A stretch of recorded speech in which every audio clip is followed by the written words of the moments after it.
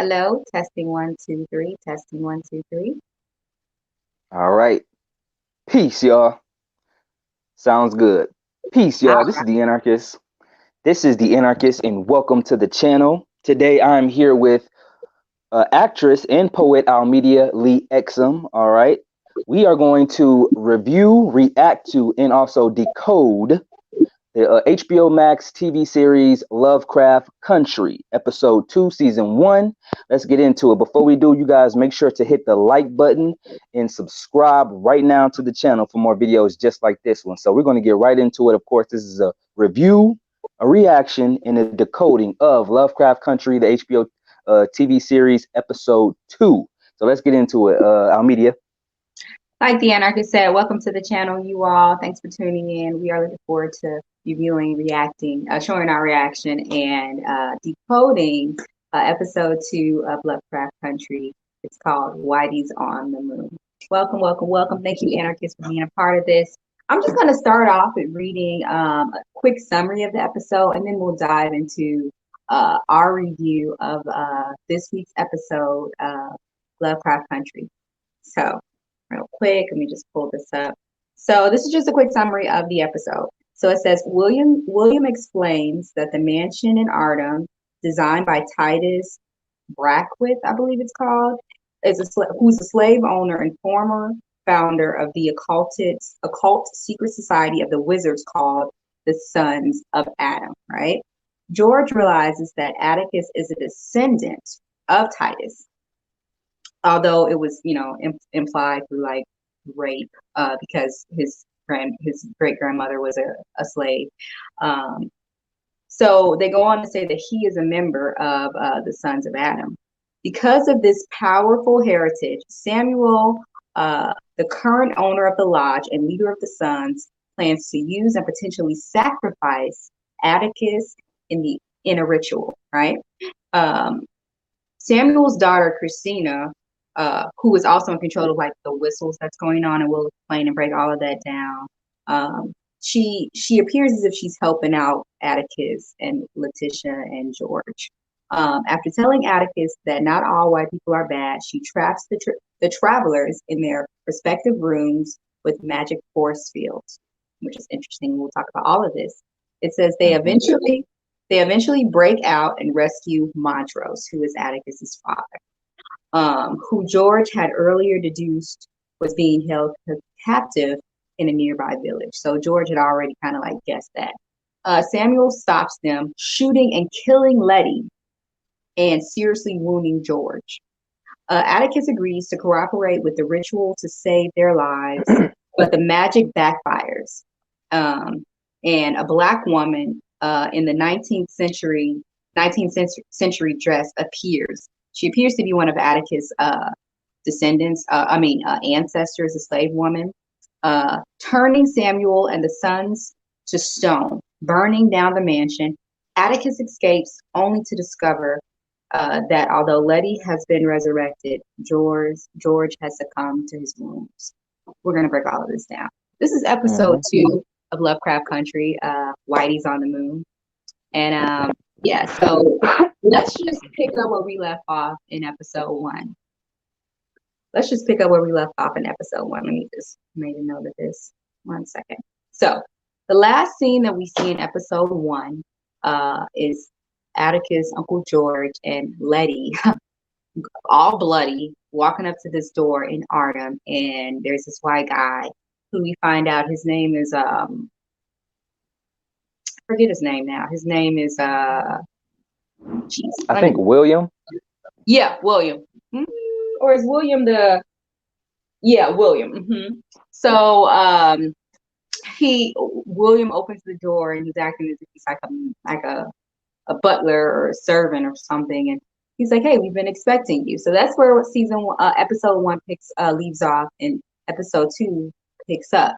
I remember the opening scenes as they bring them in. They walk them around the mansion, and I completely feel a sense of like creepiness. Like he's explaining to them like how I guess Atticus is supposed to be there, and the woman, his woman friend, who we find out is Christina, she's busy, but she told him to make sure that he's well taken care of and that she's not around and they don't have any telephones. Because Atticus was like, hey, can we call her? He's like, no, we don't have any telephones. So I'm like, they have no telephones. And this guy is telling him like a woman wanted them to be well taken care of and all this other stuff. So can you break down what you felt about the first opening scene of this episode? The opening scene, I think this particular episode, because I know the first episode ends with them knocking on the door and looking at looks like a butler. Mm-hmm. So yeah, right now I'm hearing a little bit of sound. Okay, I think we're good now. Yeah, the butler, the William guy. When we start episode 2 off, basically with our 3 individual characters in their rooms, right? Kind of just figuring out what's going on. So I see Letitia is dancing around. She's trying out outfits and clothes. Uncle George is in a room. Before they do that, he walks them in and starts to explain, like, oh, this woman is the reason why you're here. She wants you to be well taken care of. No, that's afterwards. Oh, really? Okay. Yeah, the scene literally starts with I forget what music. I can't remember what singer, but they just kind of sing and dance around in there. I know. Oh, yeah, I know. Moving on up.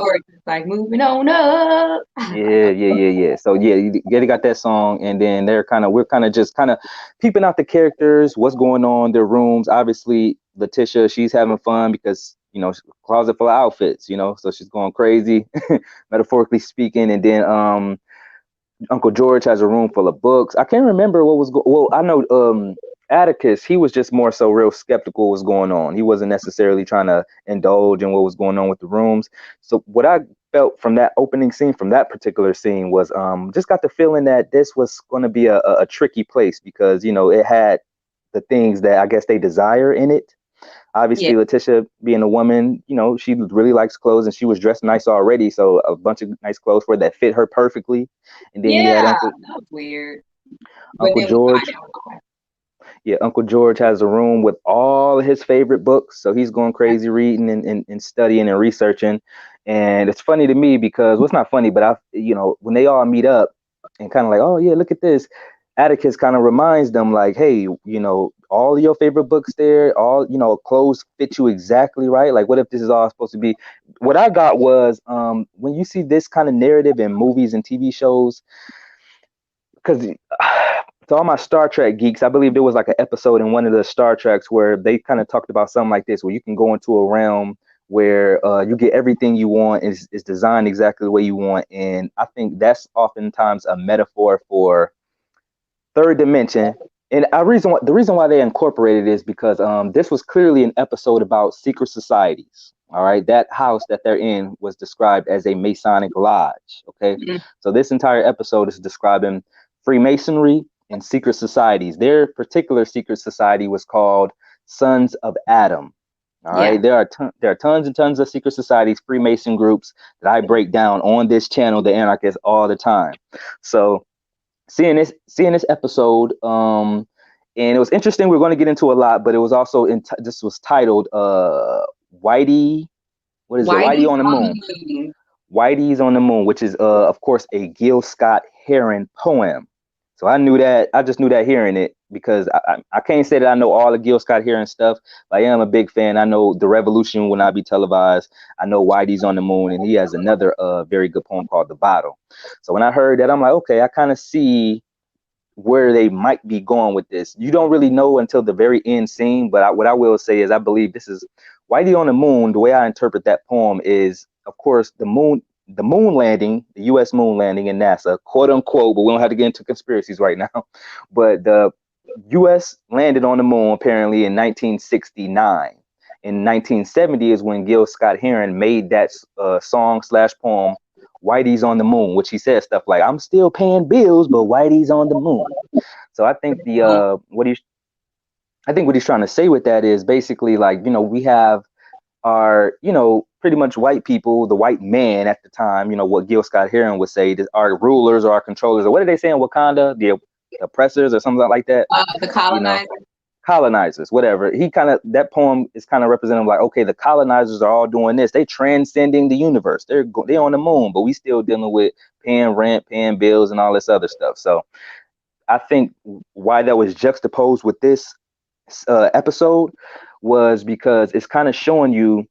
Remember, the writer Misha Green is conscious, so she understands these things about secret societies. You guys need to pay attention to this episode. It was a very good one to explain what secret societies are, like the Freemasons, these white groups, and even we'll talk about it, but Uncle George breaks down about the black Freemason group called the Prince Hall Masons. But this was mostly a show that was kind of trying to teach you about what goes on in Freemason groups, some of the stuff that goes on in Freemason groups, the secrecy and all that stuff. So it's very interesting. I'll let you talk for a bit because I can go for a while on this one. Okay. And thank you for your knowledge and letting us know about some of the stuff that, you know, like our audience may not be aware of, people may not be aware of. Yeah, so like you said, we open up and we see them waking up and they realize they're in these rooms and they're comfortable and they're all happy. Letitia's like so happy and ecstatic about the clothes. Uncle George is ecstatic about the books. I was excited for him. I'm like, yeah, you could just be in his room chilling, reading these books. And then we see George, and George is in his room, and he's just like, something isn't right. And then afterwards, that's when William comes and gets them and, you know, talks to them for a bit. I think he's telling them like they can go and walk around because George isn't convinced. Like, George isn't convinced. He's a little taken off by like why, I mean, not George. Atticus isn't convinced. He's a little bit taken off at how happy and excited Uncle George and Letitia is. Like, how can Leti and Uncle George be so happy considering everything they saw last night, everything they saw the night before? And so Atticus says, like, you know, the guy tells them like to come back by dinner time, but they're free to roam around, like, not the property, but the land, because it looks like they have acres and acres of land. And so Atticus says, okay, and they go first. Do they eat first? Or do they walk around? They eat first. So yeah, they come out of the rooms, they eat first, and he's always and that's when he realizes that they forgot everything, right? Or that because that's when. Okay, so yeah, that's when they had that conversation. They also say, hey, somebody's looking out the window, because Atticus started to get upset. He's like, how could you all, you know, not be concerned about everything? And then Leti says, I don't even remember last night. And Uncle George says, yeah, I don't remember last night either. And he's looking like, are you joking? How could you not remember last night? What's going on?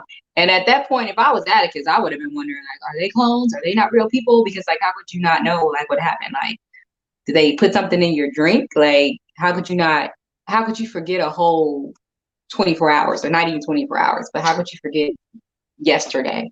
So, you know, he kind of gets a little bit upset, and Uncle George tells him and Leti to, like, you know, basically relax, sit down. Somebody's watching in the window.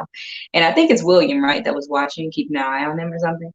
I believe so, or it could have been Samuel. Yeah, Samuel. Yeah. And so then they decide to take a walk around the land, the property, which looks like it's acres and acres, because we see that it's a whole like community living out there. It's a whole bunch of people, right? And so I thought it was so funny at the table when Leti, when they were eating, she was like, what, you know, white folks know they don't like to season no food or anything. And so what are they doing? She basically asked for some pepper or pepper and salt or whatever she asked for. Like, she's just really enjoying like having someone, like having a maid like assist her and everything. I just thought that was kind of funny. So then they go into the town and they're looking around and everything. And can you tell us what happens from there? How are the people in the town? How are the people in the town? Yeah. I mean, creepy. Weird. Is it really a town, or is it just like the land? I feel like it's the land. Clearly. Yeah, I mean, like I said, what people need to understand about this episode is they are in some mansion. We're very clear that it's a Masonic lodge. It's Masonic. Yes, Masonic lodge. Just, you know, Freemasonry, secret societies. Of course, the Freemasons. I don't know. Oh, that was a car. Yeah, of course, the Freemasons, they own America. Just look that up. Look up Freemasons America, and you will see like all this stuff in DC, how it lines up with Freemason rituals, all that stuff. So what Misha Green understands, which I understand, and Almedia understand, which we want you to understand, is that this world is actually controlled by Freemasons, most of whom are white people. All right, just like in the scene, I'll get back to that scene, but just like in the scene where they all sitting at the table, Uncle George tells people like, yeah, you wouldn't have. He explains Prince Hall Freemasonry, which is the only Black Freemason group. All right, the Prince Halls. He explained who Prince Hall was, how he tried to join Freemasonry. They wouldn't let him because he was Black. In this particular sense, though, we know that Atticus, or it's told to us that Atticus has some sort of bloodline, like you said, through his great great great grandfather or whatever, great great great grandmother, whatever.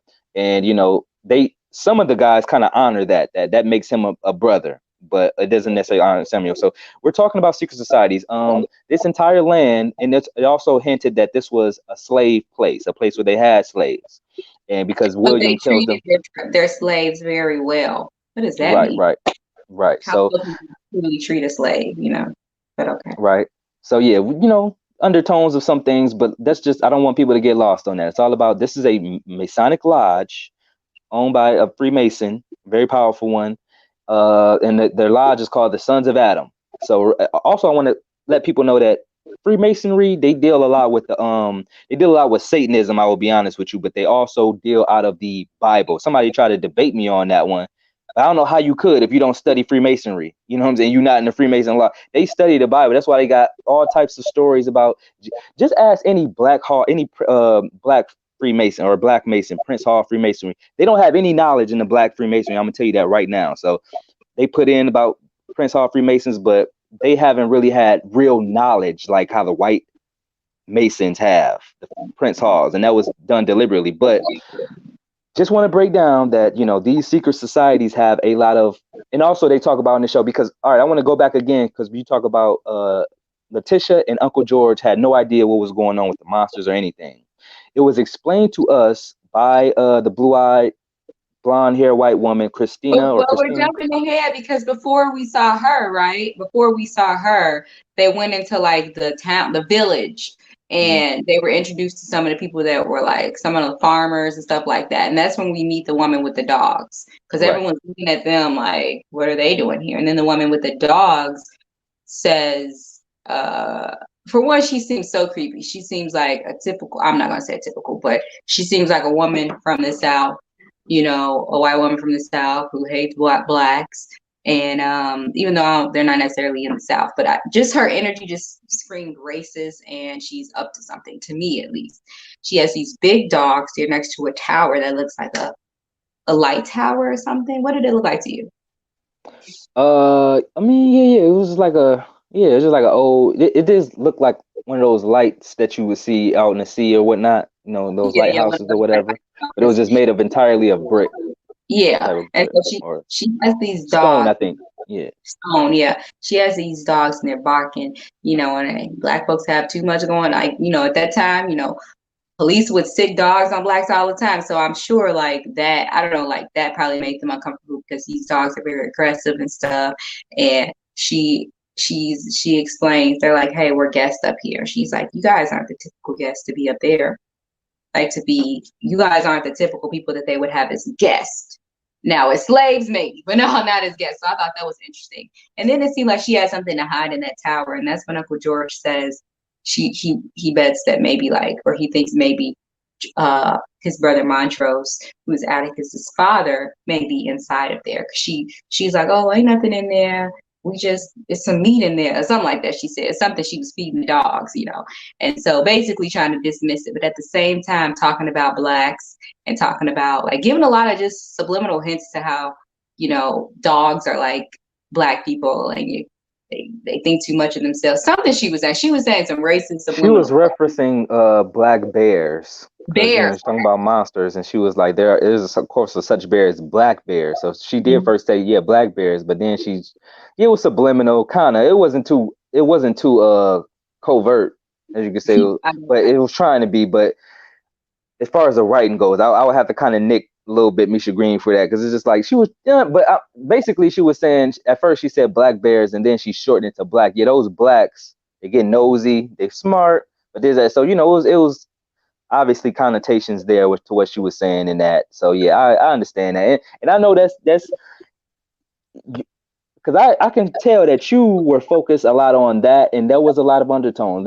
We know that these are starting to see now that I saw up to the third episode, but we're talking about the second episode.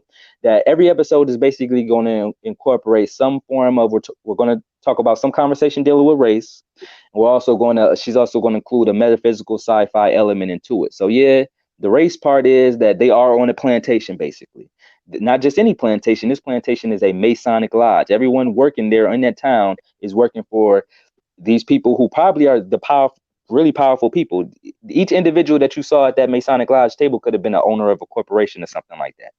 So this is what's going on. I didn't think about that. Yeah, these are men who go out into the world, and they're part of this quote unquote brotherhood, the secret society. So that's, like I said, you can see that part. Most people are going to look at just what's going on the surface, but I do want to help people to understand what's really going on as far as what you need to understand about this episode. So I'll let you kind of move us forward, but then that's what we're going to do. Okay, so after that, is that when the whistle happens again? I know the whistle happens later. They leave. Letitia and I'm calling her Letitia, Letitia, Atticus, and George, they both walking back to the house or whatever, trying to, kind of playing their way, and then they do run into some monsters. So from that point, they see and they are scared of what's going on, and then the woman comes with the whistle, which also noticed this. Christina, yeah. Christina, she with the whistle, she was obviously the person who called off the monsters the night before, and she called them off then. So she controls these monsters. Remember, we said that the monsters may be a metaphor, some sort of metaphor for Black people, and she had absolute control over them. So also another thing to note that I want to put in real quick before I forget is that this episode is kind of when they really introduced the conversation about magic. I remember even Montrose saying later in the episode, way later in the episode, or no, actually in the next episode, where he was saying that he don't need to. Are you talking about stuff from the next episode, or? I'm going to say one thing where he basically said he basically let his son know that he just said they have magic. They have magic too. He made that statement in the next episode, because in this episode we see the magic. We see that Christina has spells. She can do spells. Basically, she put a spell on Letitia and Uncle George and everybody. It wasn't just a spell necessarily for them, but for people who see the monsters and live to see about it or live to talk about it. They don't remember that. So any aspect dealing with the monsters, we just found out that they didn't see based on Christina's spell. So, but Atticus remember. I mean, he was able to remember, and I think he, and I think she's very intentional. But we'll get to that. So the first thing is we see her in the forest with her whistle. We see that she called off the monsters, and then basically the white woman looks like, man, like why did she call them off? Like as if she wanted them to attack Atticus, Uncle George, and Letitia. And then I think that's when they head to dinner, right? Or is this? Because they also have that dream sequence. I think the dream sequence happens. So they head back to the house. Christina introduces George to her father, Samuel, and he kind of has this conversation about Adam and Eve and all of this other stuff. And you can tell that Christina and her father have a tense relationship, and she almost seems like she doesn't even really want to be there, but she has to be there. Like she tolerates her father. Do you want to kind of explain some of the conversation that Samuel and Christina have with Atticus, not George, Atticus, and what does that mean to you? The conversation they was this scene before or after the scene where they start hallucinating? I'm not sure. I think this was before, because after, I think he introduces them to before, because remember they have the hallucination scenes. Oh, right. So and then okay. she tells them to he bribes her. She tries to make a friend out of Atticus and bribes her to take the spell off of George and off of off of Leti. And then after they do all that, they're screaming in their rooms and stuff, and everyone remembers everything. And then they later go to I feel like the dinner scene is like one of the last things that actually happens. Right. Right. So yeah, I'll talk about that scene. Atticus meets basically Samuel. It's interesting because when he goes into the room, I like how a lot of this is done because it's just like you really don't know what's happening next. It kind of, it's very suspenseful. But he goes into a room of a man screaming, look like he's being tortured with the man with the hood over him doing something to him. Yeah. What you find is that he's taking something out of his side. He's taking something out of the side of his stomach, which if you guys are subscribed to my channel, The Anarkist, here on YouTube and on Facebook, I have tons of videos talking about adrenochrome. Adrenochrome, these elites, these people in secret societies, they drink adrenochrome, which is the blood from the adrenal gland in your stomach. They drink this stuff. And also, they've been drinking and doing this stuff for so long. Not to mention, a lot of people in these Freemason societies eat black people. They eat people in general, but they also eat black people. A lot of these pedophiles and elites eat people as a part of rituals, especially your pineal gland, which they call the walnut. And they have secret codes talking about walnut juice. All that stuff was in the Hillary Clinton emails. Walnut juice and pizza and all this. So yeah, they eat children, they eat people, they sacrifice them. That's what they were showing you in that scene. They were taking one of the head dudes, Samuel. They were taking, it looked like his adrenal gland, his actual adrenal gland, or at least parts of it, out of his stomach, and he sewing it back together. And that's what they actually served up all the Probably brothers liver. later. His liver, something out of his stomach. It was like to have to do with the stomach, but just understand that that's why they did it in that particular part. Because you can go on YouTube right now and look up satanic ritual abuse victim and adrenochrome, and a lot of those victims will tell you. Like I heard I can't remember the lady's name. She said as a child they would take her to a hospital, tie her up, and traumatize her because they need you as frightened as possible. That adrenaline that you get from being scared out of your mind actually creates a drug like substance in your blood, in the adrenal gland. So get you real scared as a child and start cutting into you and drink, almost literally drinking straight out of your stomach or whatever. These people actually do this stuff. This is for real. But so they were showing you in that, taking out some parts of his stomach, and they would later feed that to the brothers. Yeah, which I And thought was crazy. yeah, so like I said, the reason why I know this is because adrenochrome is, they use it for youth. Remember in the show, the whole goal of these Freemason and secret societies is immortality. And they say adrenochrome, the people who drink that drink it for youth, to be young. I remember one of the satanic ritual abuse victims saying her mother looked younger than her based on dealing with this adrenochrome stuff. And these are white people, so shocking. You know what I'm saying? So, basically this was an entire episode trying to break down what really goes on in these Masonic lodges and these secret societies. That's one thing. So in the conversation that Samuel had with Atticus, he talked about a lot of biblical stuff, talked about Adam and Eve, and even Christina goes over, and the dialogue is a little, how can I say this? It's supposed to be very intellectual, but it's one of the things I actually had a problem with. I think Misha Green, maybe one of her Achilles heel is just that she just writes, and some of her dialogue is very, very good, but some of it just seems like it's doing a little too much. But I understand it though. Like for instance, Christina says something like, as they're explaining Adam and Eve in the Bible, Christina says, but some people think of the Bible as literal. Simple people, this, that, and the other. So that was a hint to let you know that these people in the occult, these people in these Freemason societies, they don't look at anything in the Bible as literal. They don't look at these people as, for the most part, they don't look at these people as people who actually existed. They look at it from a metaphysical, occult perspective, which occult just means beyond the physical. Metaphysical means beyond the physical.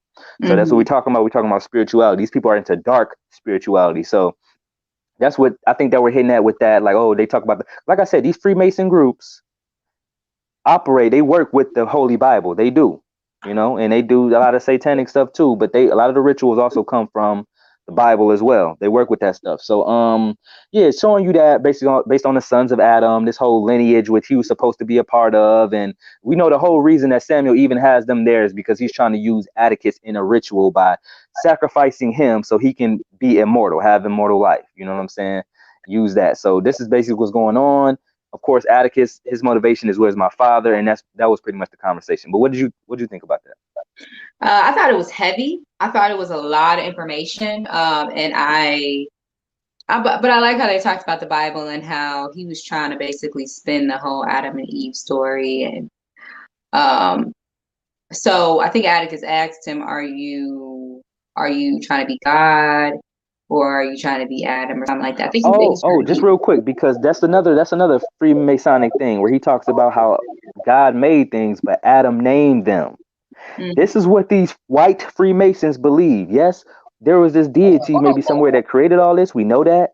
But we name this stuff. When they went around and conquered the world and started renaming places in Africa, renaming the Americas, renaming, now you guys are called African Americans, you are my slaves now. Their whole notion is if you name it, you own it now. You the God now. You play that name. So that's how they interpret the Adam story, which is that Adam named all the animals, so Adam lords over the animals. So that's Mhm. why Atticus asked him, "So I guess you playing God?" He was like, "No, I'm Adam." You know what I'm saying? I know I'm not the God, but I'm God here. You understand? Mm. Yeah, and so basically he kind of informed him that he would need him later or something, and I think he did at that moment. And that's when he told Christina to tell him to leave, and he didn't want to see him again until later. I wonder why he said that. Like it wasn't necessary to say that unless he just did he feel. And keep in mind, like these are great writers that are a part of this TV show, and I think everything matters. I think everything is supposed to matter, you know. And so maybe I'm getting a little too. Maybe I'm overthinking, but I'm wondering if when he said I don't want to see him until later, I wonder if that meant something more than what he just said. Like I wonder if it's a reason why he doesn't want to look at him a lot. Does he know his grandmother or anything? Like, how long has Samuel been around? Like, does he have some deeper connection than we know about to Atticus? Because, why would it matter? Either way, you're going to sacrifice this man, right? So why say, I don't want to see him again until later, unless you may feel a little guilty about something or looking at him is like looking inside his grandmother. I don't know. I don't know. And so I was just thinking that, but I could be reaching far with that. But that's something that I thought about when I heard them say that. And so after that, they we find out that and we might jump around a little bit. We find out that they're having these like dreams. Oh, so the dinner they're preparing for the dinner party, right? And we see that they have like these dream sequences or whatever. And I was really confused by that because I didn't realize they were dream sequences at first. You saw Uncle George. First, you saw Uncle George with, we saw Letitia first, Leti first. She was fantasizing or dreaming about Atticus. And then his penis turned into a snake, which I thought that was like a metaphor for like Adam, like or something like that. Because they had a picture on the wall that had like a man with a snake penis. And so they're having like this really hot lovemaking scene. And then his snake comes out of his pants, which is supposed to represent, I guess, his penis, and which is interesting. Like, I wonder what that's supposed to mean. Like, is he supposed to be deadly or something, or is he going to destroy her? Maybe not. I don't know. But I just was wondering what that meant in her dream. That was like a nightmare. And then you see Uncle George with a woman. And for a minute, I really thought it was his wife. I forgot that no, that's not Hippolytus. That's somebody else. And then I realized that okay, this woman that he's making out with that has passed away is Atticus's mother, which is his brother's wife. I'm like, these people dirty. Like, what is Uncle George doing? She's a pretty woman, but what are you doing? Like, what? Why are you dreaming about her? And you know what's so beautiful? We've both lost people. The anarchists. We both lost people, and we know that it would be great to see some of these people that we lost. And so I really like the honesty of Uncle George because he was like, this isn't real. You're not really here. And basically they decided to dance or whatever they were doing and embrace anyway. And I'm like, yeah, if I met somebody, if I was able to be presented with a reality that I know wasn't really real, just to reunite with some of my like loved ones that passed on, even though I know it's fake, I'm like, yeah, let's continue this on because this still feels good, even if it's not real. I still want to experience this. And so I thought that was really nice that he wasn't fooled, like how Leti was fooled. She really thought this was happening, but Uncle George, a wise man, he realized like this isn't real. But let's just enjoy each other's company anyway. And I thought that was so beautiful and so honest and so human. And so then we see Atticus, in his dream sequence, which I don't, is it really a dream sequence or is it a spell? But like, okay, so we see him and we see this Asian warrior looking like Mulan. I just was like, she jumping out the cabin. I'm like, Mulan? How does he know? Like, how you know Mulan? Let me stop. But like, you see him fighting with this woman and then he kills her. And I'm like, okay, so I immediately think, okay, maybe he messed around with somebody in the Vietnam War and he murdered her and he's reliving this murder, and I'm like, but why would he murder her? Is he that effed up from the Vietnam War? So I'm just all just guessing, and I'm just like, that has to be what it is, because why would he be dreaming about a woman, a Vietnam woman, and murdering her? I don't know. So we see that happen, and then we see that we realize that Atticus really isn't in the room with Leti, and that's how we know it's a dream or whatever, because he's having his own experience in his room. Now, what's interesting is that you see all of the members of the Masonic Lodge, yeah. Lodge, yes.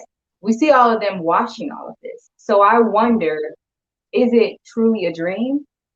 Or is it a spell and they're feeding off of their fear, like what you said? Like, a lot of people think it's a dream, but I'm like, no, it's just probably Christina casting a spell on them, and this is how they fuel themselves before the final ritual or something. Because everybody, well, I don't know. I don't think Uncle George really had a fear thing going on, but like, I wonder if it was like something that they do right before they do any type of spell. They capture slaves and they do this type of thing to them, and then it gives them more energy before their rituals. I have no idea. So, what do you? That's what I.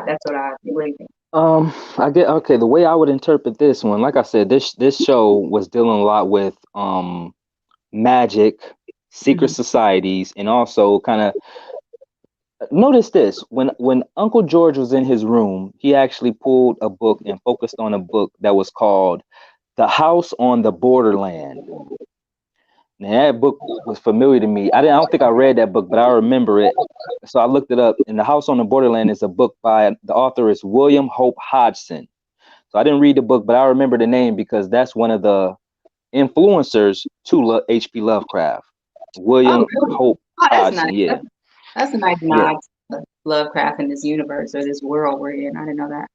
Yep. So the book, The House on the Borderline. Remember, William Hope Hodgson, another occultist. I think he was way more into the occult than even H.P. Lovecraft was. I don't think H.P. Lovecraft really even dabbled with the occult. He just was channeling and didn't realize he was channeling because he just said these were my dreams. But people was like, no, this lined up with so many mythologies. These were channels. That's what occultists would tell H.P. Lovecraft. Like, no, these are channels. We're going to use these in rituals. But he was like, no, these are just dreams. These are just stories. All that stuff fake. So H.P. Lovecraft didn't necessarily believe in the occult.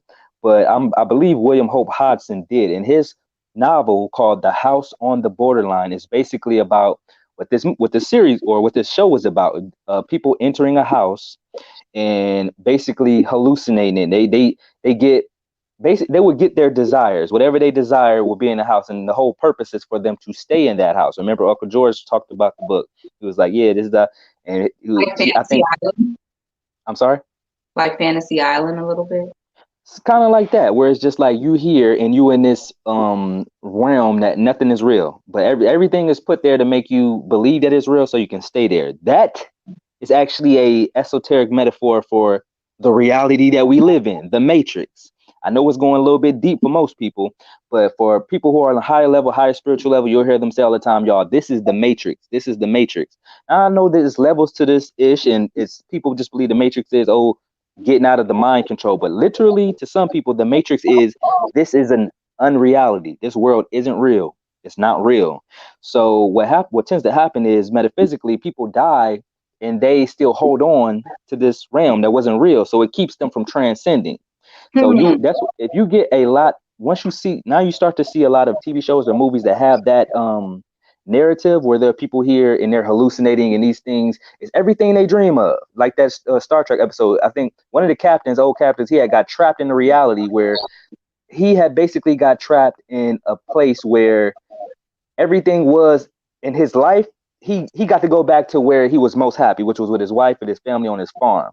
But I think it was Spock or somebody who came and told him like, hey, none of this is real. You got to get out of here and get to the real world. And so he kind of grappling like, no, this is real. But then he realizing like, why am I living the same great day over and over and over and over and over again. Like I like it, but now I'm starting to see that this doesn't really happen in Same real life. with So the Truman Show. Not to get too much off track, but you know same these thing, different. same thing. You know, Yep, the reality that's created for you. So when you see this idea in movies, that's what's going on. They're trying to show you that's a metaphysical idea of what's going on here in this world where everybody is so attached to this reality, but it's a matrix. It's not real. How do we know? Because you don't live, the only forever part of you is your spirit. So the only real reality is what reality that reality will go on and be a part of. But this reality is fleeting. It's gonna be done with. It's gonna be over, and all you're really gonna have is the memory. So that's what it's telling you. That's really what that's all about. So yeah, it wasn't a dream. It was a spell that they was putting them under basically nod to that book, the house on the borderland. I'm gonna have to check that out. You know, Yeah. are you done?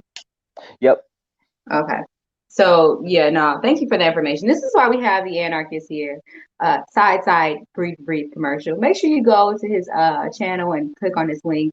Check out his shirts and his hoodies.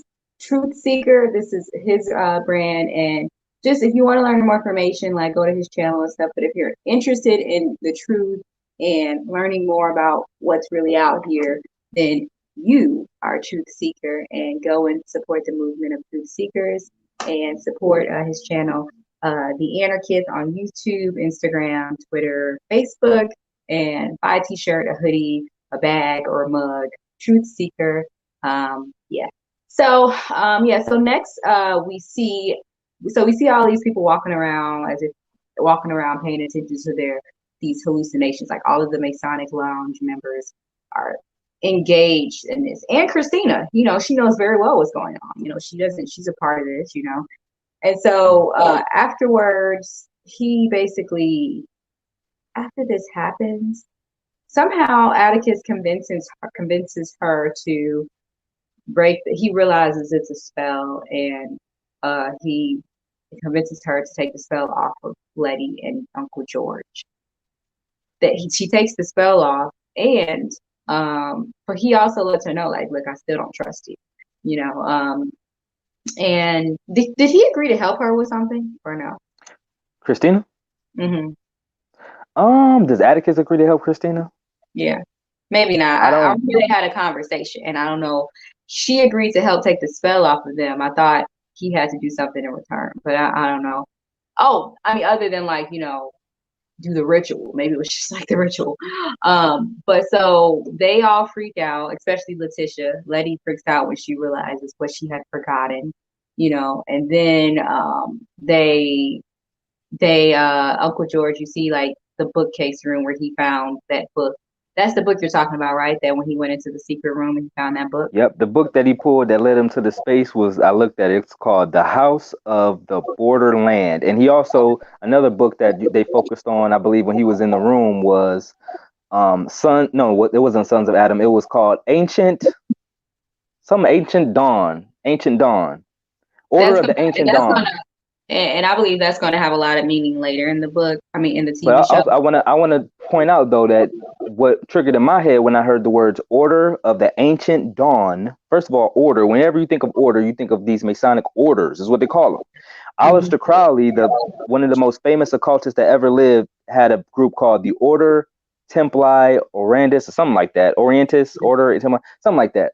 And when I heard the Order of Order of Ancient Dawn, I immediately thought of the Golden Dawn. Aleister Crowley was also a part of a secret society called the Golden Dawn. A lot of very powerful people were part of the society, the Golden Dawn Society. And so Ancient Dawn, Golden Dawn. That let me know that this was sort of a show to try to help people figure out, or at least kind of encode a little bit about secret societies. She tried to tell you a lot. And I'll be honest, Misha Green, she knows a little bit about it, but I wish there was a little bit more to it. I'm gonna be honest with you. Yeah, just based on what I know. Yeah, as far as what she could have told people. I understand you're not going to just let out secrets, but at least as far as what's known, as far as the books that are out on Masonry and Freemasonic orders. Yeah, maybe she was trying to like not get too heavy because it's already so. And who knows? Maybe we'll learn more about it later in the season. So I think I don't think it was a coincidence that he found that book in that bookcase room. With all the spells and stuff going around, I think someone intentionally left that there for him. Either Samuel or Christina. I think it was the reason why Uncle George was able to go into that bookcase room and find that book, you know. And I think it's important. I mean, like, because it was just on the table by itself, like as if you found a pot of gold by itself, and it's just like, oh, come and grab me. But like that's what the book was like, saying like, come and grab me.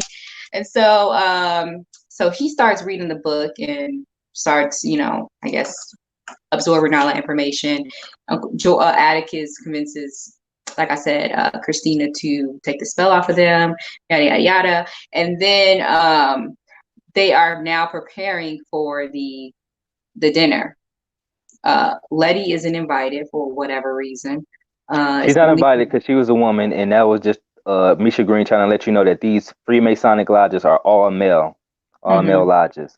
The Prince Hall Masons, I believe, have a sect for women, which, you know, black people will usually do. Black males, we want to be inclusive to our women, so there is a sect of the Prince Hall Freemasons that are for women. Of course, the Boule has secret societies for women, and they'll tell you some Freemason secret societies have women's societies, but for the most part, it's all the brotherhoods, all male. In fact, some of the rituals that they do when you get into the higher orders, like for instance, the Freemasons have what we know of 33 degrees. I know for a fact, if you meet somebody and they tell you they are 33-degree Mason, then you better believe they had gay sex before, given or receiving. Better believe. And they may not.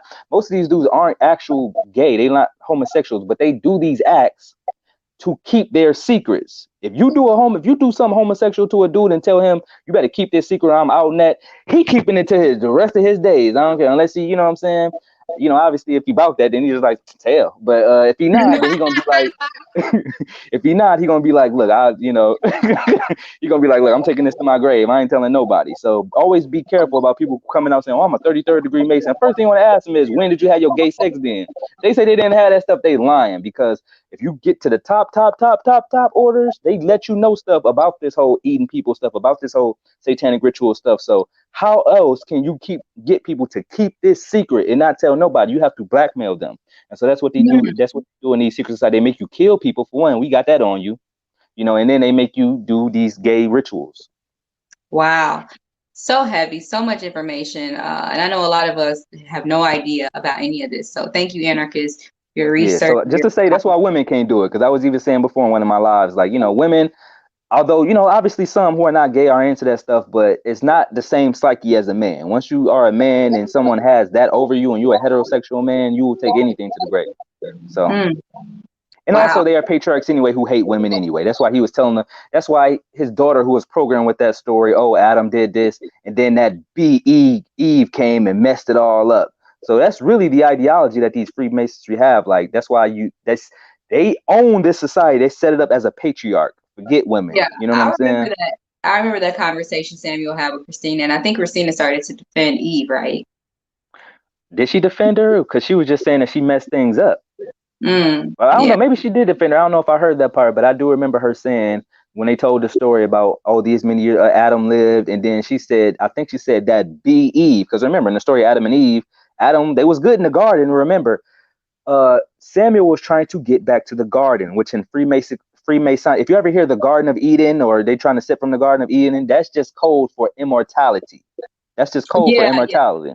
Huh. So the Garden of Eden just represents immortality. So in this story, Adam is in a perfect place. He's in the garden. He gets to eat and do whatever he wants. And then Eve comes and messes it up. So they, you know, in the story, of course. So the Freemasons take that and look at and kind of use that to condemn women. Like, see, the women will mess things up. That's why we have to subjugate them. That's why we have to lord over all the animals and the black people. She's breaking down the ideology of Freemasons in those conversations. But go ahead. Yeah. So thank you. That's heavy, really deep. Thank you for breaking that down for us, the Anarkists, and really decoding this information for us. So basically they tell her she can't come. So basically Leti is in the same situation as the daughter, like two women, and the daughter has powers or magic or something, and you mean to tell me she's not allowed? So it just reminds you of even back then and to this day, how some people view women and how women just aren't viewed to be as powerful as men, even though we are. And so then the guys prepare for the dinner. They prepare for the dinner, and Uncle George has a trick up his sleeve as they're preparing for the ritual dinner or whatever. And basically, they kind of crash it. They're like, yeah, this is my birthright. George Atticus says, look, I found out, I realized this is my birthright, so y'all have to listen to me. And I need all of y'all to leave or whatever. And all these white men are looking like, who is this uppity black man talking to us like this? Like, they're looking like, who are you? And before he even did that, we see that they were serving his liver or pancreas or whatever it was. They were serving Samuel's pancreas. And I thought, I loved that the black men did not go along with it. They were, Uncle George was like, or one of them was like, do not eat that or whatever. But I did see that Uncle George is telling Atticus, like, I figured something out. And so George, when Atticus said, hey, this is my birthright, I gotta leave, he stood up, said it, nobody listened, and he said it again. And these men start walking away because I guess they have to listen to him. Overall, the rules of the organization trump anything. I guess even trump race, because Atticus even told Christina how, a black man has more power over her, and she is the daughter of this guy. You know what I mean? Like, and so I guess race supersedes everything if you have a bloodline and a lineage in one of these Masonic groups or whatever. So I thought that was not really. That's not for real, but yeah, in this particular story. Okay.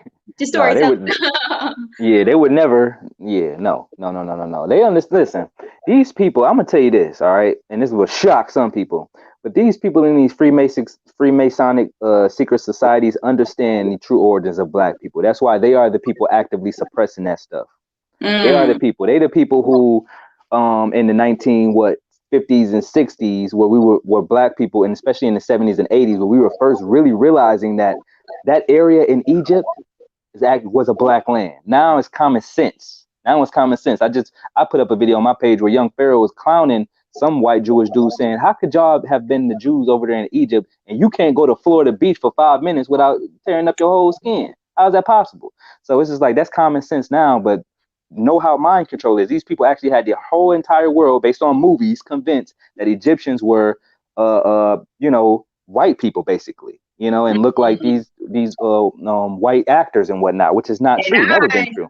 And I grew up with that programming too, because one of my favorite movies to this day, even though I'm more aware now of the programming, but one of my favorite movies is The Mummy. And I never realized it was any type of like disrespect towards the real Egyptians and black people. I just thought it was cool learning about the history, but even the history in the movie isn't necessarily, it's a skewed history from the true history. But me seeing these white folks and stuff, I didn't think anything of it. And I was like, wow, they are rewriting history with every movie that they make inaccurate about like different civilizations, like they're really rewriting history, saying whites were here and whites were there and whites created this and whites created that. And a young black girl who's just excited about ancient Egypt, it overlooks that, wait, this isn't what Egyptians look like. You know what I mean? So yeah. So from there, I'm just checking my notes here. Okay, so from there, he stands up and he does this, and the guys, most of the members leave except for Samuel, right? And that's when Samuel basically forces him to do the ritual anyway. Wait, you know what happened? Oh, yeah, they left. They actually got out of there. Yeah, they somehow ended up trying to escape. Oh, did we even mention? Yeah, after Atticus.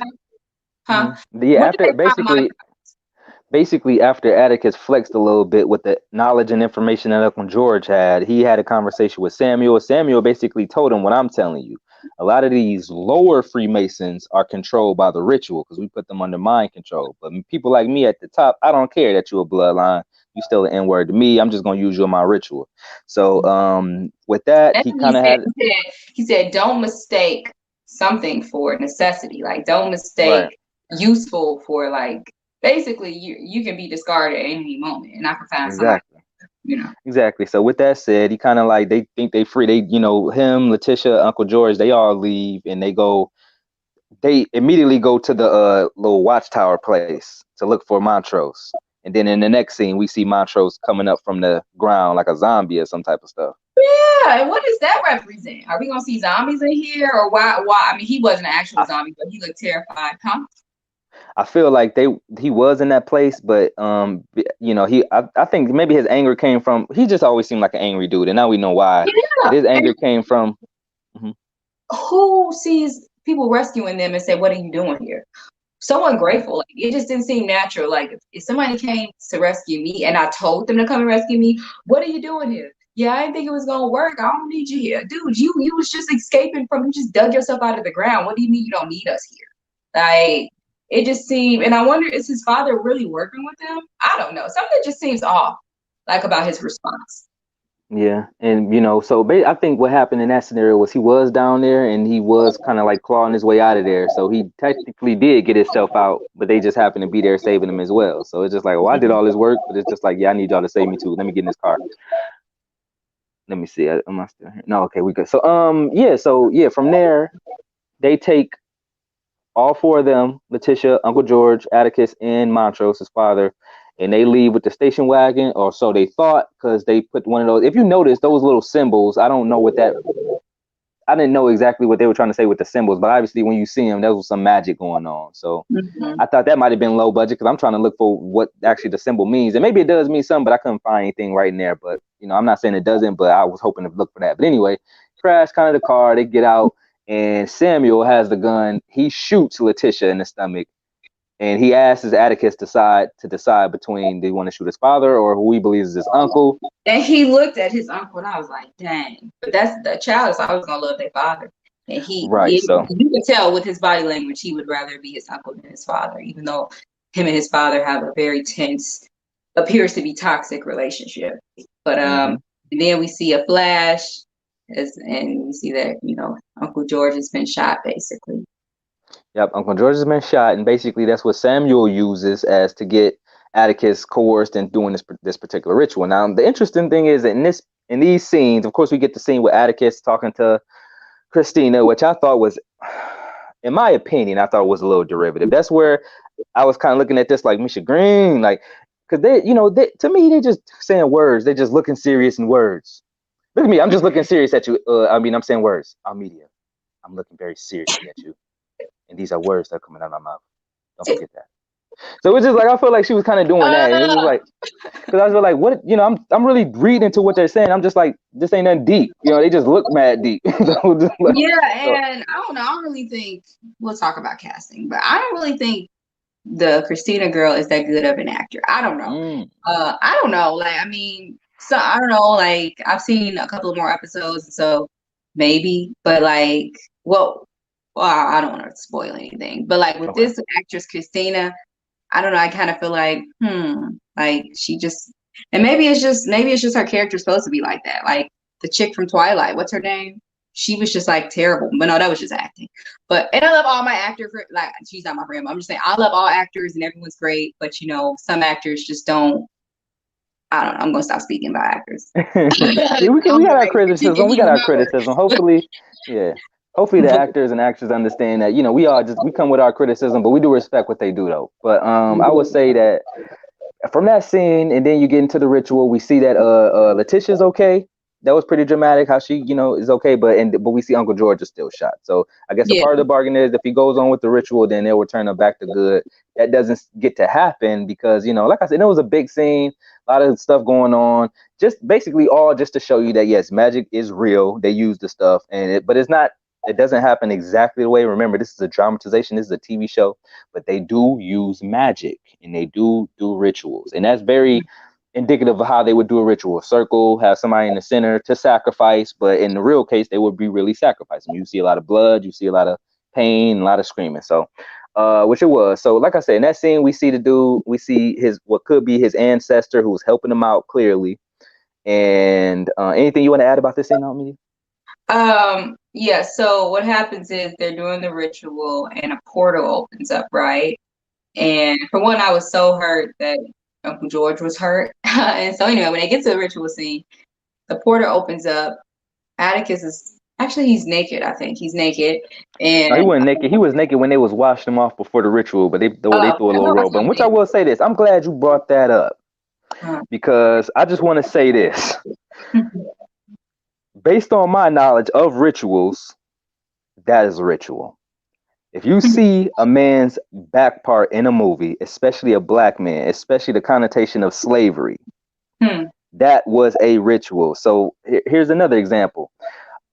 Denzel Washington has been in very few rituals. I will give him credit. I think when he picks scripts, he either doesn't pick the ones that are blatant rituals, or he tells people what he does, what he will do and won't do in a movie. So, because I haven't really seen him in any, I haven't seen him in a dress, haven't seen him in any gay roles. The only gay movie he did was in that movie where Tom Hanks played a gay man. And he kind of played a homophobe a little bit. Yeah, so he has almost not been in any rituals, but he actually has. He was in two. He was in one in the movie Glory, where they were beating him as a slave. That was kind of a ritual just to see Denzel Washington, our leading man, get beat. But that was one of his earlier films. But he was also done in a ritual in the movie Training Day, which is why they gave him the Oscar. Any actor they give Oscars to is usually a ritual movie. It's why all the Oscar movies are terrible, but they're the only ones that they consider for the Academy Award. But that movie Training Day, when he got shot in the what? What he get shot in? His butt. He got shot in my eye. You shot me in the eye. You shot me in the eye. So that's almost like saying you got, you know what I'm saying? That, you know what I'm saying? In the back. So that's a ritual. That's a ritual, and it's meant, you know what I'm saying? It's a ritual. So when you see a male butt, like, and also Quentin Tarantino did a ritual with Bing Rames. I think he got anally raped in one of those Pulp Fiction movies. So anytime you see a person's backside, especially a black person in movies, because we all in America know about the history of chattel slavery, where, you know, you had naked black people running around. So that's for black people's subconscious mind. You see a man that's getting ready, just like they used to do the Bucks, wash him off so he can either get into, remember Django, where, you know, they were fighting, you know, so they would treat, you know, these different slaves who are either bucks or, some sort of performance slaves, or even if they were just like washing them off to have sex so they can breed. You know what I'm saying? These are things that are still in our subconscious. So when we see them in movie, that's what they were doing in the movie. They were getting him ready for his ritual, you know. And if this was 100 or a couple hundred years ago, he'd be a slave and they'd be doing that. So, you know, that's always look at those things. I know people don't think, oh, that's nothing. You know, it's nudity in films. Nudity in films sometimes don't really mean much, but for the most part, they usually do, because they always elicit some type of response, and always psychological. Like for me, I don't want to see no guys behind. I don't want to see that. I'm like, ugh. But I've been thinking about it, like, why are they showing me this? You know? Yeah. Well, thank you so much for decoding and breaking this down, that scene down, and everything you're helping, you know, bringing insight to as we decode and review and talk about our reactions to episode 2. Now, so that happens. You see like lightning or some sparks coming from his arms and stuff, and the portal opens up and you see one of his ancestors. And basically, make a long story short, it looks like the ritual backfired, and which also I want to bring up real quick too, because I don't know if this necessarily had anything to do with it. I don't know. Obviously, his ancestor had something to do with what was going on, but was it also the fact that we know that they said Montrose was a lineage in this thing, right? He was a lineage in the thing, and because they assumed that Atticus was his son, that he was, you know, in the thing too. But when we find out that Uncle George may actually be Atticus's real father, then I think maybe that has something to do with their ritual not really working. You know what I'm saying? Well, I don't know if they both. They all blood, but I don't know. I think they expected him to be directly descended from Montrose. So I don't know. I thought maybe that had something to do with it, because they were kind of revealing that at the same time. They did capture him. They did capture Montrose first, you know, and maybe they thought maybe they did something with Montrose and then they had to do something with his son for it to work. And because he's not truly his son, because we discover that he's truly the son of his Uncle George, which I'm all for it, honestly. I'm like, he's a better father anyway. Maybe that is why it backfired. And I'm also curious if Christina had anything to do with it. That is her father, but she talked to George when he was convincing her to take the spell off of them, off of Leti and Uncle George. She talked to Atticus, and she said something to basically indicate that, like, they're kind of similar or something like that, which they're not.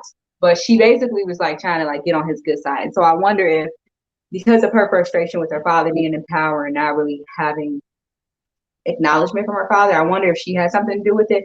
Maybe she didn't, because who would want to kill their father? But these aren't normal people. These are people that we now find out are like witches or whatever. Maybe they're not witches, but they have magical. They have studied the art of magic, and so they know magic. Yeah, wizards and grand wizards, all this. Remember, he was doing I thought it was a good scene that they was like when Uncle George and Atticus was on different sides of the wall, and they were doing the what do you call that? The Morse code. Oh yeah, I was so excited to see that. And I love seeing us do that type of stuff because it's just showing that like, you know, we are educated people, and that like Uncle George is so smart. He knows a lot of different things, and Atticus served in the war, so he probably picked up a lot of stuff. But just like this black family who they're really surviving because of their knowledge. They're able to like, you know, send messages to each other and do all types of stuff. And I think that also, and kudos to Misha Green and the entire team who developed this TV show, because this type of stuff probably definitely happened during slavery. You know that like one thing that we would do to like communicate with each other for the slave masters to not know what we were doing is we would braid our hair certain ways and do like different maps in our hair. We would sing different songs. We would do different things to where they wouldn't know we were planning and plotting for our freedom. So this Morse code probably was definitely happening too. Like this goes back to like the 50s, 40s, 60s, even 500 years ago in slavery, you know. So I think that was brilliant. Just showing like how we are going to find a way to communicate and connect, even when the odds are against us, even when we're in a magical room and things are against us, that we can still find a way to communicate, you know. So all the men in the room, back to the ritual room, they turn into stone, including Samuel. And Samuel, and it looks like was William in there too? I'm not sure if he was. Yeah, I'm not sure either if William was in there, but a few people turned into stone. And I don't think Christina turned into stone, because I don't know if she was in the room. Yeah, no. She was. It was only the men. So they turn into stone, and then the house breaks down or something, and Atticus is still in the house, and that's when he sees his relative running, showing him the way out, basically. I thought that was a metaphor. And it looks like she's pregnant. I don't know. She's running towards the door, and she leads him out.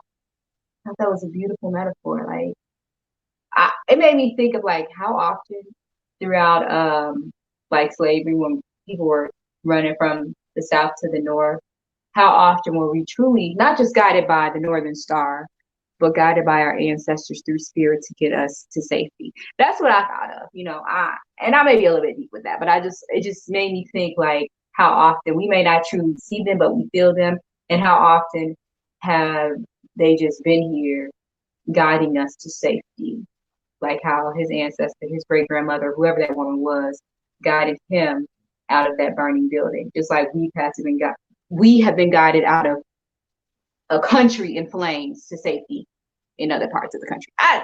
Too heavy? I don't know. So that happens, and then Uncle George never gets healed. Leti is resurrected. Uncle George never gets healed. And so as he gets to the car, it is revealed that Uncle George has succumbed to his wounds. He has passed. I was completely heartbroken. And I was like, well, that's terrible, but he can't stay dead, right? Like, he can't stay dead. And he actually died. And I thought that was a powerful scene. I was hoping that wasn't going to happen. I didn't think that was going to happen, honestly. You know, he's been my favorite character. It's only episode 2, but he's been my favorite character. And I just thought, well, y'all know magic, right? Like, can't you go and find a book or something to resurrect him? That's what I thought. I'm like, if y'all resurrected her with magic, there should be something to resurrect him. But the episode ends with Uncle George dead. And it really broke my heart. And kudos to Jonathan Majors, Journey, Courtney B. Vons, even though all you did was lay there because, you know, he was dead. But all y'all, because it took all that energy and Montrose, the guy who plays Montrose, to create that beautiful, real scene of his death. Like him dying and them crying, like, you're like, Uncle George, Uncle George. And all I'm thinking is you should be saying daddy, daddy, because you Right. know. And so I'm like, dang, like that was a powerful scene. And the scene before that one, Uncle George has a conversation with his brother Montrose, saying he gives him that book. He gives him the book of the order thing, the book of the order of the sons of Adam, or whatever that book was. You said that he found in the closet room, the secret I room. believe it was the Order of the Ancient Dawn. Yes, he gives him that book. He says you're going to need to help him now. You know, and then they also talk about like their use of their experience as kids and stuff, and you know, basically indicating that someday you may have to tell Atticus that you're his father or something like that. But he said he's going to need you to protect him, and so he gives him that book. And so I'm thinking this book should be able to resurrect him. Really, I don't know what's in the book. I don't know what's in it, but you know, I'm like, if it's a secret book, and you know he did, why can't y'all use this to resurrect him? Unless it's not something in there that can resurrect him. But like I said, it ends with him dead, and I was heartbroken. Any last comments before I just ask a few questions? I will have a last little statement. It's interesting you noted the book, because one thing I do remember, I'm glad I didn't forget, is that when they were driving trying to escape the first time, they did make mention of the Necronomicon, which I was just waiting. I was waiting because there's no way you can do anything like H.P. Lovecraft without bringing up the Necronomicon, which very quickly. The Necronomicon is basically a book. It's the book that H.P. Lovecraft wrote, and that is one of the things that you can find in all of his stories. You can find all of his monsters like Cthulhu, this, that, and the other. Most things change. Characters change, different people change, the human beings, the settings. But the only thing that really stayed the same were like the Arkham, that place, the monsters like Cthulhu, and this book called the Necronomicon, which has been used in other movies. If you watch the movie Evil Dead, the book that they open up with the Necronomicon. And it's basically the Book of the Dead. It's basically the Egyptian Book of the Dead, which is a real book. But you know, it's supposed to be this book of spells, book of this, that, and the other. They made you like, I think Montrose. Yeah, I think Montrose mentions, oh, is it the Necronomicon? And then Uncle George says something like, no, that's the book of dead names. This will be the book of names. So, you know, they use that scene to reference the Necronomicon, but then they brought it back to this book, which is the book of names, which I feel like it's going to be something that we need to pay attention to. It's probably going to be a big part of the movie as far as like stuff they look into for, the TV show. Yeah. Oh yeah. Okay, cool. All right, let's ask a few questions. I have a few questions up here, and then we can wrap up this review. All right. So in this episode, who was your favorite character? In this episode, my favorite character would have to be,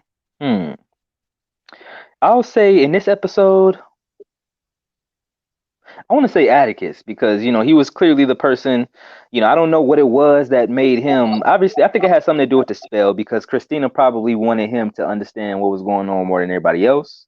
But he was the only one that really seemed to be on it, because, you know, obviously, I don't know how much he reads and studies, but if I was in a situation, I'd be like that too. Like, no, just because everything is coming to us that we want, you know, he was the first one to bring that up. Like, what if that's what they want you to do? Because to decode that, when you see that in movies, that's basically what it is. That's what you should be learning in life. Like when you see those people that's just like, yeah, I'm getting all this money, look at all this Gucci, Louis, Prada, and all this other stuff, and they just so materialistic. They so a part of this world. They so a part of this illusion. You know, I identify with Atticus, like, bro, like, you know, these are material things. Let's start thinking first. Let's really try to realize what's going on around us, because, you know, if you're having fun, oftentimes you will forget that you may be a part of some type of trap or whatever, which is what's going on now. So I feel like that was probably the deepest message in this movie, which is taking off of stuff from like The House on the Borderline and a whole bunch of different other stuff. Like I said, they did it in Star Trek. That's an occult, metaphysical, spiritual ideology that is known by people. And the reason why they brought it in here is because that's probably that. I think that's the very first ritual that they teach you in Freemasonry. They teach you the story of Hiram Habib. Hiram Habib gets knocked on his head by 3 initiates, which all that is symbolic. Basically, you going down to the 3rd dimension. You going down to Earth. You knocked on your head. So that's you being born as a baby and you don't know what's going on. What's happened? I just got knocked on my head. I woke up. So that story is to teach the Mason, which is spelled Mason, which is the Ma's son. C. Freeman L breaks down the Mason is the Ma's son, the mother's son. So Mother Earth, Mother, all that. The mother's son is the Mason. The Mason is supposed to figure out who he is after he lost his knowledge after being hit on the head, which is basically you being born in the third dimension. The master mason is supposed to figure out, study knowledge, study, and figure out who he is. Study and know thyself approved. So that's what this whole thing is about. You know, we're not supposed to get lost down here and whatever makes us happy or content. We're supposed to be searching for the truth. But yeah, that's what I had to say about that. Okay. Deep. All right. So as far as me, my favorite character is George. So the reason why is he's dead. Okay, no. So the reason why is because this whole episode I feel like he was kind of a G. And I just love his character. Like I love even in his fantasy world. His fantasy dream world was with books and learning. When it was time to communicate with Atticus, he was doing like Morse code stuff.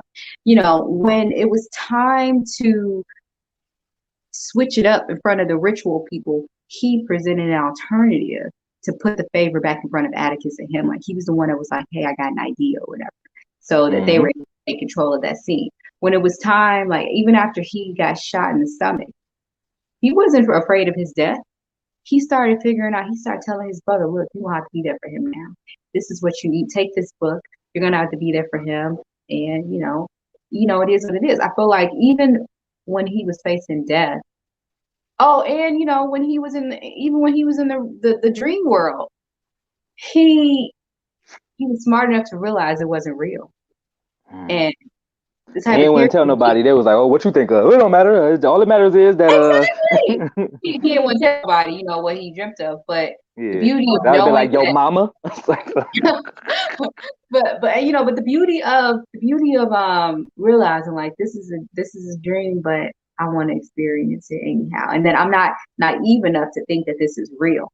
He was smart enough to realize that this was an illusion, but because it was something he desired, he succumbed to it, and I was like, hey, let's dance and let's do this. And so I love the spirit of this character, and he's my favorite character. And I like that you said that Almedia too, because that would be that's the conscious person. That's the truth seeker. Someone who understands this is absolutely not real. I'm not going to be tormented with believing this falsity is real, but this is still my memory. Let's enjoy it right now. Let's enjoy it. It's going to be over and I don't have to dwell on it. But that's exactly how the conscious person, the true conscious person, should see life. Like you don't have to walk around, this is not my real kid and you're not my real mom. This is all an illusion. No, you can enjoy it for what it is. And then when it's over, it's over. You don't have to dwell on it, because that's how people get stuck in the astral realm where you get ghosts and whatnot in real life. But go ahead.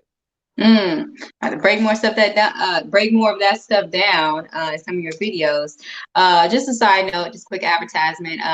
Visit the Anarkist his page and make sure to go and grab a Truth Seeker t-shirt, hoodie, or mug. And then also one of our sponsors is My Personal Detail. They detail cars in Chicago.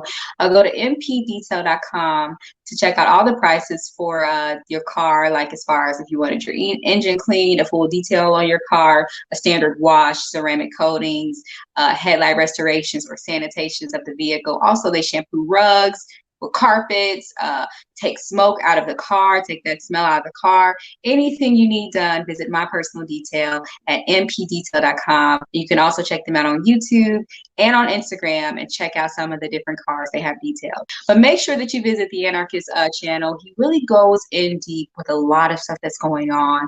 He goes the extra layer, like he goes deep. He is the truth seeker, and his fan base is truth seekers. So make sure to grab your shirt, a mug, if you like coffee or tea, grab you a handbag or a phone case or a hoodie. It's the fall time here in the Midwest.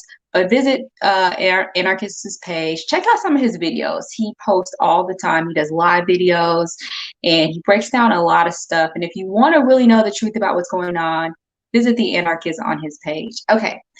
3 more questions before we wrap up here.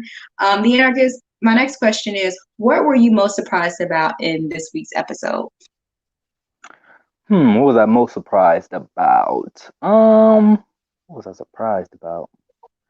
I was surprised, I guess, at the direction as far as like, I didn't know that they would go right into, I like it because the first one, watching the first episode kind of I really loved it. And I do believe that was a really good episode too. The second one was very good as well. But what I like about just the overall shows is that they aren't, I guess I heard, when I hear some people saying, "Oh, they're going all over the place." For me, they are touching on a lot, but I don't feel like they're going all over the place. I think they are doing a good job of staying within the realm of the story, but then incorporating a lot. I like how they do, kind of go out and then mostly had this episode in just like the mansion, the Masonic Lodge, just to basically break down secret societies and Freemasonry and that stuff. And now you get out of there and you go to other stories. So what was most surprising to me was just there was more information about this that I felt like most people would incorporate in a show like this, because I didn't feel like in that scene where Uncle George brought up Prince Hall Freemasonry, he really didn't have to do that. He didn't, if you think about it, but he said all that just to say they wouldn't accept a person like him in Free Hall. But I understand she put that in there for the person who didn't know about Prince Hall, who if they looking up like, oh, snap, we do have a Black Masonic order, even though it's no knowledge in it. They're not doing nothing that the white Freemasons is doing. But just information, I thought that was good. So that was surprising to me that stuff was incorporated in here that you could actually learn, that you could actually look up and find out for yourself. Okay.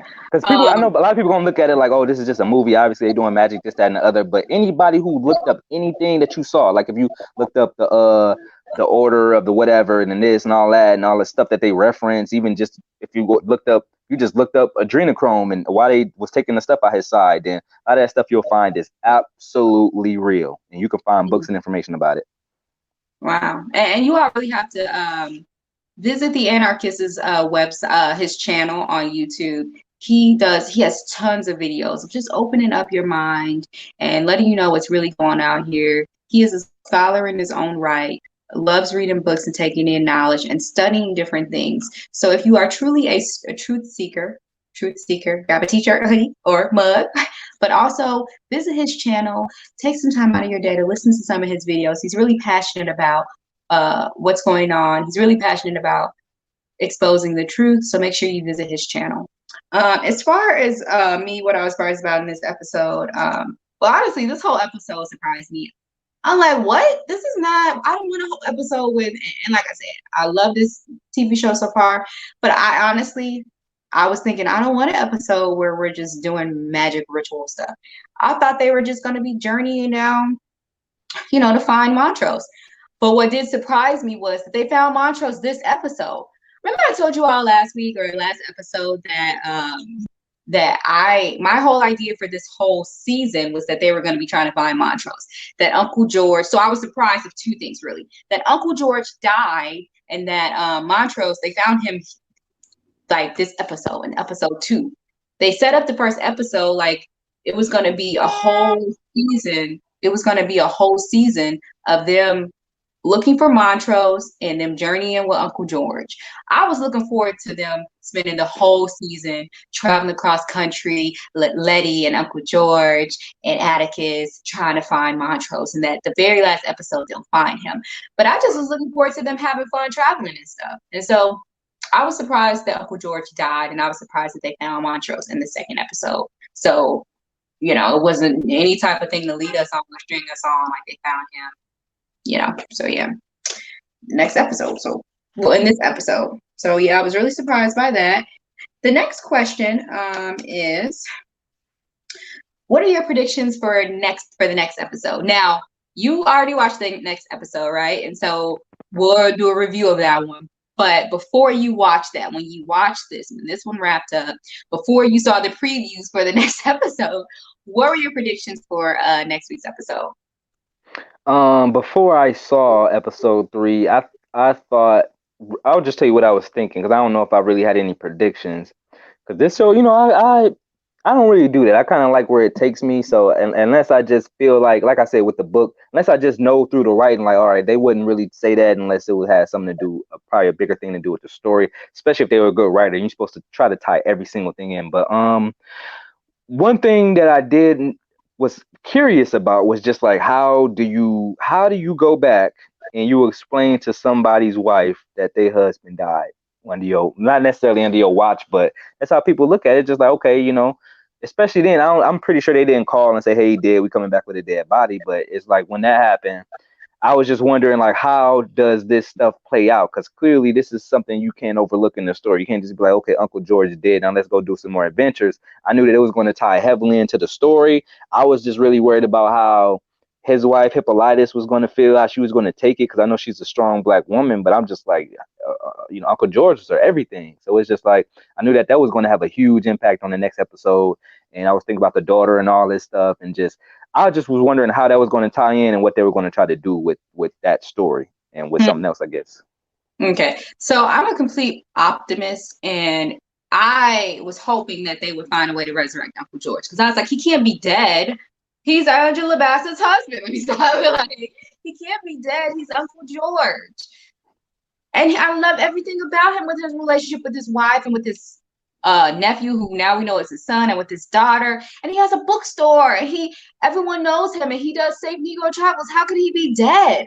I feel like it's equally his story as it is Atticus's. And so I just was like, oh, they're going to find a way to resurrect him. And I was like, because I don't know what else could be happening, and so I didn't even think they would go back. Did they go back home? I don't think they went back home. It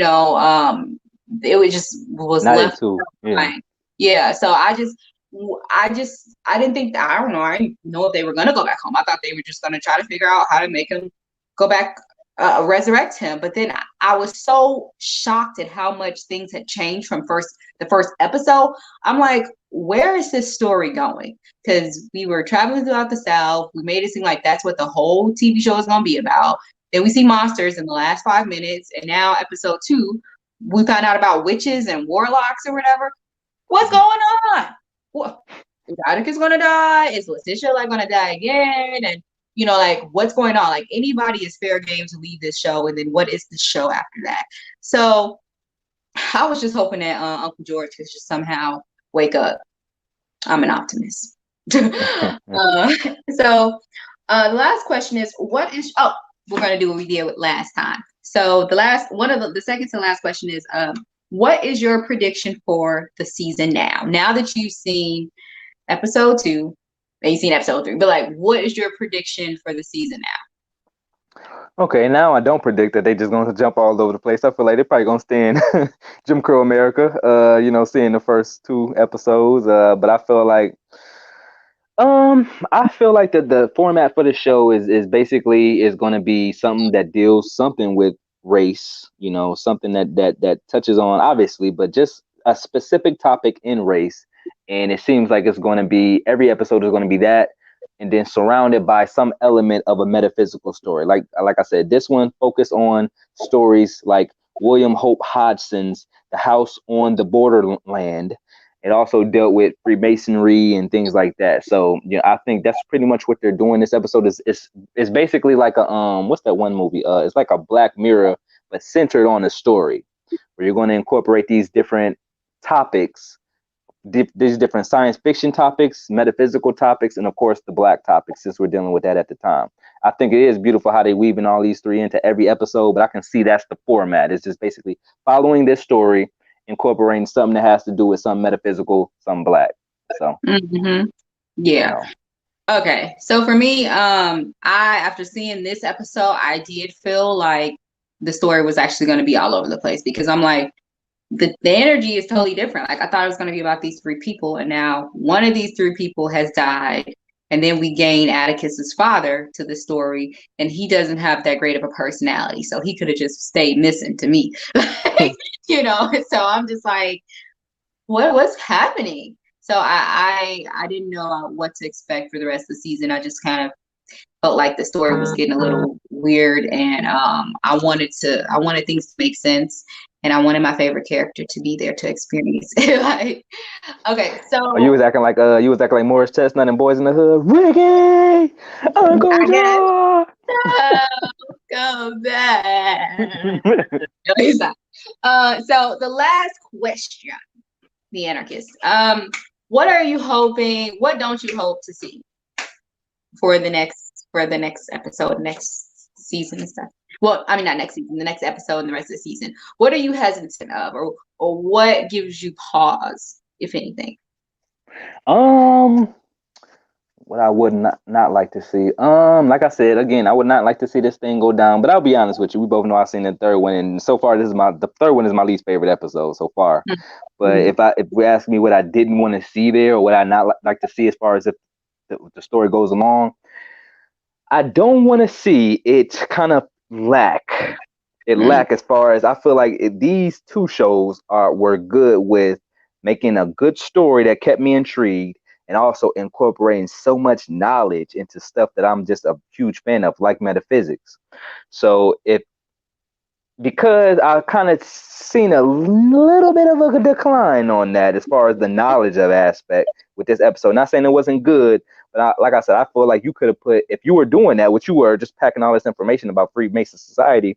Maybe Misha Green doesn't know everything that I know, or some other people know, but I feel that's kind of why I feel like, dang, it's just so much you could have said, and it's so much different directions you could have took it. Like I said, I didn't like how she made it seem like Prince Hall Freemasonry was something. I'm not down in Prince Hall Freemasons, but y'all don't know nothing. If you're a Prince Hall Freemason here, you don't know nothing what I just told you. So stop playing. All y'all know how to do is go on picnics and drive boats and cabs and stuff. Y'all better get out of here with that. So they ain't got no real knowledge, So like I said, if she was studying it, she would. I'm glad that you incorporated it, but just more of the knowledge. So I don't want this season to be kind of deteriorate as far as the knowledge. I think it's going to do well as far as the filming and stuff like that. Even though this was a different director, so maybe that has something to do with it.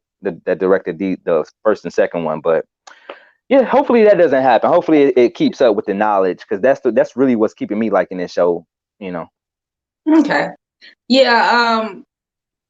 So far, episode 1 is still my favorite episode. I will say that this episode, I felt like, I don't know, like I feel like a lot of time was wasted, but a lot of time wasn't wasted because they have intentions as to why they're showing us all of this. They did find out what Montrose was, but I just kind of felt like, really, like I want more. I want more of not this and more of other stuff. I don't know. So like, this was not my favorite episode. Like so far, episode 1, which it has to be that way to hook audience. The first episode has to be the best one, or at least capture the audience. So I don't know, like I still like the first episode better because I like the world of like Chicago and just seeing all these different characters and stuff. And so I hope things make sense as the season goes along.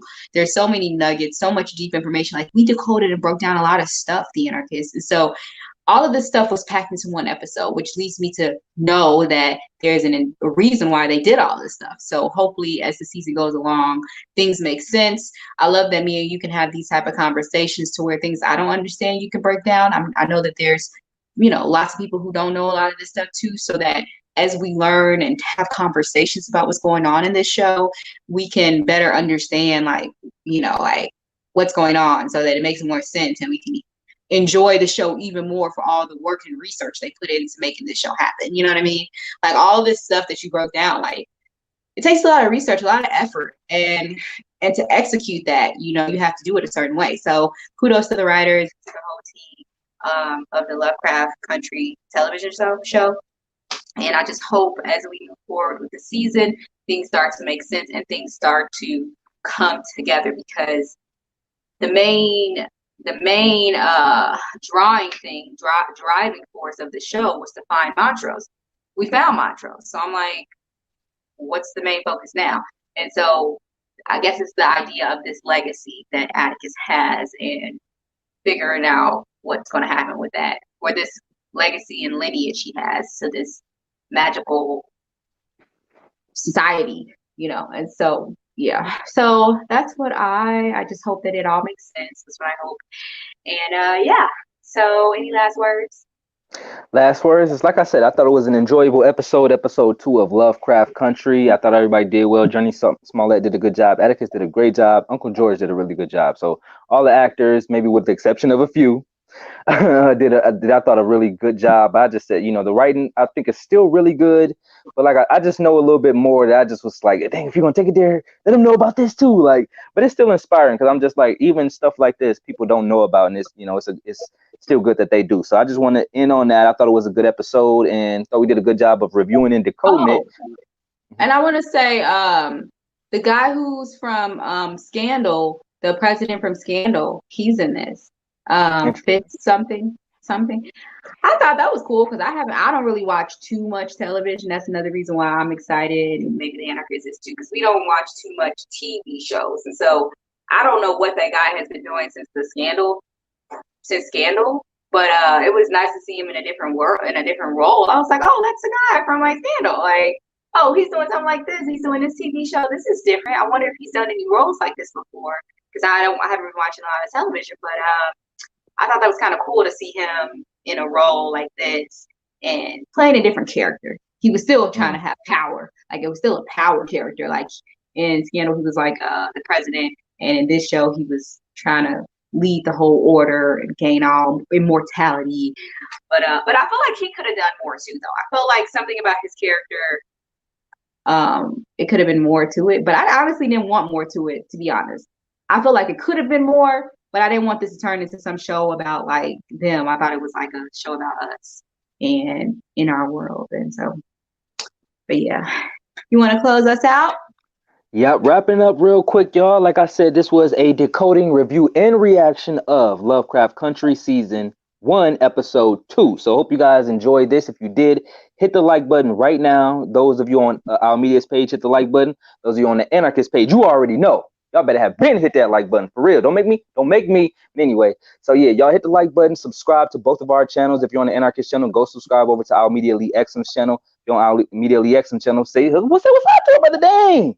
Oh, so rude. But anyway, so yeah, hit the like, hit subscribe, and the notification bell. Don't forget to check us out on Instagram. Almedia is on Instagram at Almedia Lee Exum. I'm on Instagram at Anarkist Beats with a Z. You can also, like she said, check out the True Secret t-shirts. Link is in down below. And also my personal detail link will be down below and on both of our channels. So if you're in Chicago in the Illinois area, check that out, man. They do good work. So I'll give you the last word, Almedia.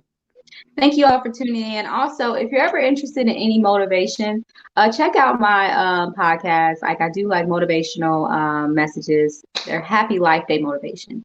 And if you need any extra encouragement, listen to that. And I hope it lifts you up and inspires you. Above all, me and the Anarchists, we love breaking down stories. We're both artists, but I want to encourage you all to just always have a happy life day because we're here. So why not enjoy while we're here?